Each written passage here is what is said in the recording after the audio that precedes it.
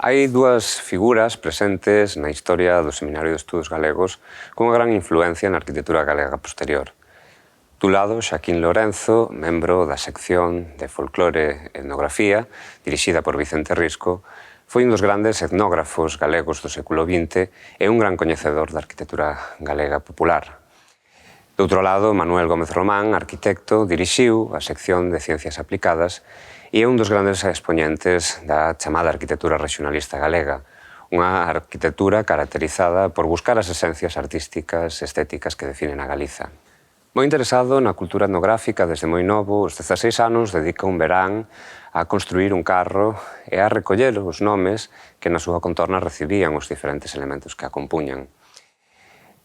Este traballo chegou a mans de Florentino López Cuevillas, que o convidou a redactar un estudo sobre o carro galego que posteriormente lle serviría para entrar no Seminario de Estudos Galegos. Foi tamén alumno de Otero Pedrallo, o que o situou moi preto do cenáculo ourensán, un dos máis activos na historia do seminario. Dentro da longa traxectoria e traballo de Xaquín Lorenzo no seminario, compre destacar a dirección que exerceu do seu museo etnográfico ou a colaboración ou redacción de traballos como os dedicados á parroquia de Velle, a vila de Calvos de Randín ou a magna obra Terra de Melide. Figura fundamental para entender o desenvolvemento da disciplina de etnografía en Galiza, o seu traballo no seminario non só salienta polas metodoloxías empregadas, senón pola amplitude de casos de estudo e de obxetos de estudo que trataban nas diferentes monografías. O caso de Manuel Gómez Román é unha relación máis curta e menos fértil co seminario. A sección de Ciencias Aplicadas, creada en 1934, ten apenas uns anos de vida e non continúa despois da guerra no novo Instituto Padre Sarmiento. A relación de Gómez Román, en calquer caso, xa viña desde atrás. Foi militante co Partido Galeguista e estaba moi en sintonía coas ideas sobre a arte que compartían outros galeguistas da época. Desta maneira, a súa obra arquitectónica é unha mirada a aqueles estilos que, como o barroco ou o románico,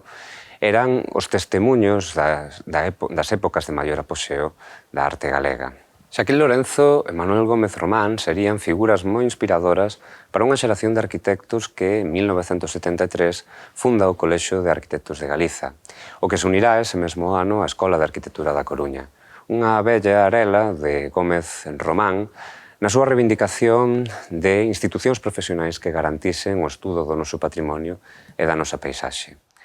Nesta nova conxuntura profesional, as formulacións estéticas de Gómez Román tiñan sido xa superadas, o que non quererá dicir un esquecemento da súa figura e un recoñecemento da súa relevancia no mundo da cultura, xa que logo a vinculación do mundo da arquitectura co mundo da cultura tiña contadas excepcións ao longo do século XX. Con figuras como Manolo Gallego, que foi alumno de Xaquín Lorenzo, ou de colaboradores moi próximos como os historiadores Xusto Beramendi ou Carlos García Martínez, o Colexio de Arquitectos será o promotor do Museo do Pobo Galego, que recolle aquel vello devezo do seminario por crear un gran museo etnográfico galego. Xaquín Lorenzo non só fará parte do primeiro padroado desta institución, senón que manterá un contacto moi estreito con algúns arquitectos e inspirará os traballos sobre a arquitectura popular do arquitecto Pedro de Llano, a etnógrafa Begoña Bas ou o arquitecto técnico Manuel Camaño, nun momento en que a arquitectura popular se estaba a converter nunha referencia e nunha fonte de inspiración para a creación da arquitectura contemporánea en Galiza.